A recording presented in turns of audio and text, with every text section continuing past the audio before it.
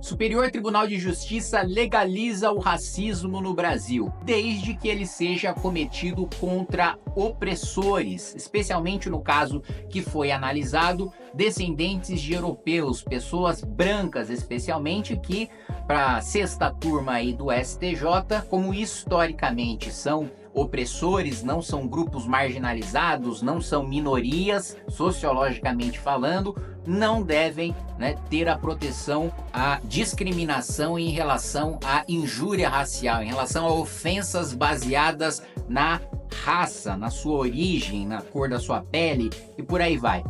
Nós vamos falar sobre esse assunto e mais esse abuso, do poder judiciário de atropelar a legislação e de militar utilizando a toga, logo depois que você se inscrever no canal, clicar no sininho para receber as notificações, deixar o seu like e lembrando que nós estamos agora com a máquina de cortes do MBL. Se você quiser fazer parte, tem uma renda extra aí de cerca de R$3.000 por mês, ao mesmo tempo em que você, da sua casa mesmo, do seu celular, ajuda a difundir as ideias que você acredita, que nós acreditamos, ajuda nessa guerra de informação que a gente vive contra o governo, contra a grande imprensa. Se inscreva aí, clica aí no link que eu vou deixar para vocês participarem da nossa máquina de cortes. Pois muito bem.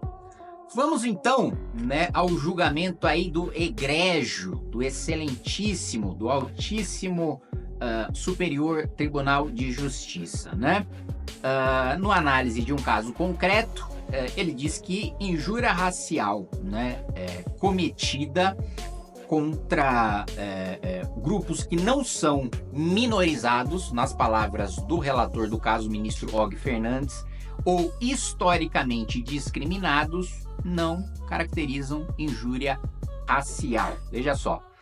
O caso, é um processo de Ministério Público de Alagoas, processou aí um homem negro acusado de ofender um homem branco ao chamá-lo de, aspas, escravista cabeça branca europeia, Então, claramente utilizando a sua origem, a sua ascendência ali europeia e a cor da sua pele para lhe causar uma ofensa, o que se enquadra exata e precisamente no tipo penal de injúria racial.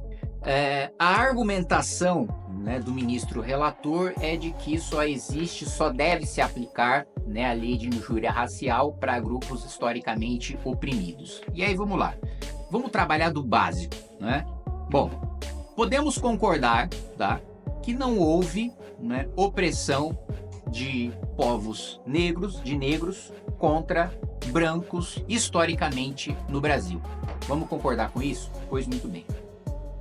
Dito isso, isso significa que no presente ou no futuro nós podemos permitir discriminação ou opressão de negros contra brancos, ainda que isso seja improvável, ainda que isso não seja recorrente, ainda que por razões históricas, exista de maneira esmagadora muito mais dos casos de racismo, eles são muito mais contra negros do que contra brancos. Ainda assim, isso é justificativa para deixar de proteger pela lei, e a nossa Constituição diz que todos são iguais perante a lei, e esse é um princípio básico das revoluções burguesas que acabaram com os privilégios do feudalismo, que acabaram com os privilégios baseados no sangue, baseados na propriedade, baseados numa suposta bênção divina, baseados no seu sobrenome, um princípio fundamental do Estado liberal, do Estado democrático de direito, que é a igualdade perante a lei, pode ser violado em nome de supostamente se fazer justiça histórica, e mesmo é questionável você falar em se fazer justiça histórica, ou seja, justiça é vingança privada, é você permitir que, já que houve opressão, discriminação, racismo sistêmico e pesado, com escravidão inclusive no passado contra negros no Brasil, deve-se permitir isso em relação a brancos no presente e no futuro? Obviamente isso é uma tese absurda. Uma tese absurda que dialoga né, com aquela babaquice de racismo estrutural, que é a tese defendida pelas esquerdas, né, de que mesmo aquele que não é voluntariamente racista, pelo meio em que ele foi criado, pela sociedade em que ele foi criado, porque todos os filmes, todas as músicas, porque o próprio sistema judiciário, porque o próprio poder legislativo, porque todas as estruturas da sociedade, do núcleo da família até a organização do Estado-nação, como tudo é racista, logo, né, independentemente da sua vontade, todos nós nascemos e somos criados, né, de maneira racista. Seguiremos nesse caminho perigoso dessa tese, que permite na prática, veja, o que a gente sempre denunciou em relação a essa questão de lugar de fala, em relação a essa questão de racismo estrutural, são discursos e pensamentos discriminatórios, autoritários. São pensamentos que buscam excluir, dividir a sociedade, né?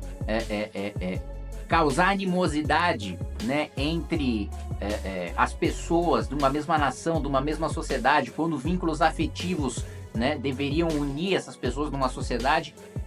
Buscar destruir esses vínculos, os vínculos da família, os vínculos do bairro, os vínculos do clube, os vínculos da escola, os vínculos que no final das contas fazem uma nação ser uma nação, faz existir um nós metafísico que nos torna um país. Essa destruição de bases fundamentais da sociedade, ela é baseada na discriminação e no autoritarismo promovido por essas ideias de racismo estrutural e de lugar de fala. E nós sempre denunciamos isso. E veja só, no caso concreto, o absurdo em que essas ideias culminam. Culminam em você permitir discriminação, porque veja só, injúria racial, há tempos, é juridicamente ali equivalente a racismo, né? Você ofender uma pessoa com base, né, na sua origem, na sua raça, na sua cor, equivale a você discriminar, a você privar de direitos essa pessoa pelas mesmas razões, raça, origem, cor, por aí vai, religião, né?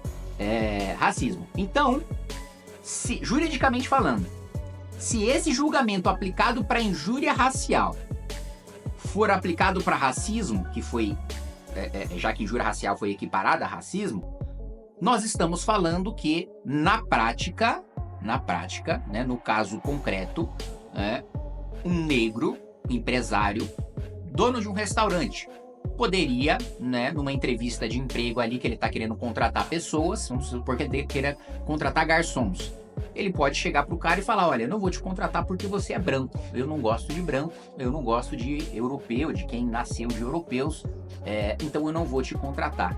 Ou ainda, né, você pode ter ali um bar, né, e aí o dono do bar chega, olha, eu não vou permitir que você entre aqui nesse bar porque você é branco, então esse bar aqui não pode ser frequentado por...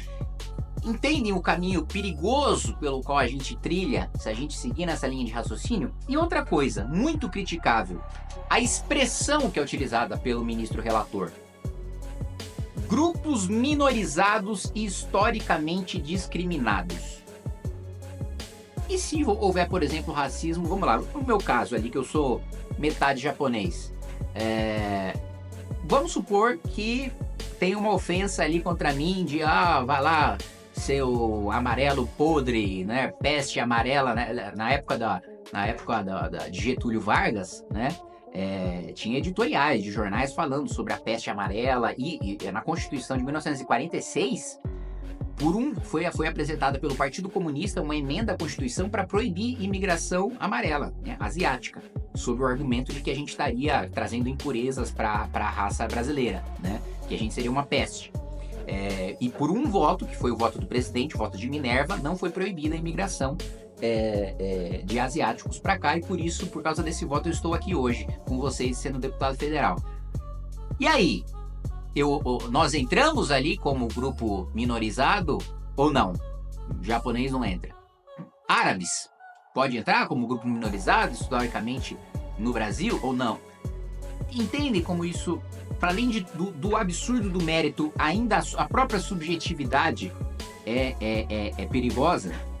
Então, aí você me pergunta, e aí, o que você vai fazer em relação a isso? Pois muito bem, nós já temos uma reação a essa decisão absurda do Superior Tribunal de Justiça, que é a apresentação de um projeto de lei para reverter o julgamento do STJ. E o projeto de lei é muito simples, gente, é o óbvio, é o claro, é questão de bom senso, não é nem questão ideológica, tá?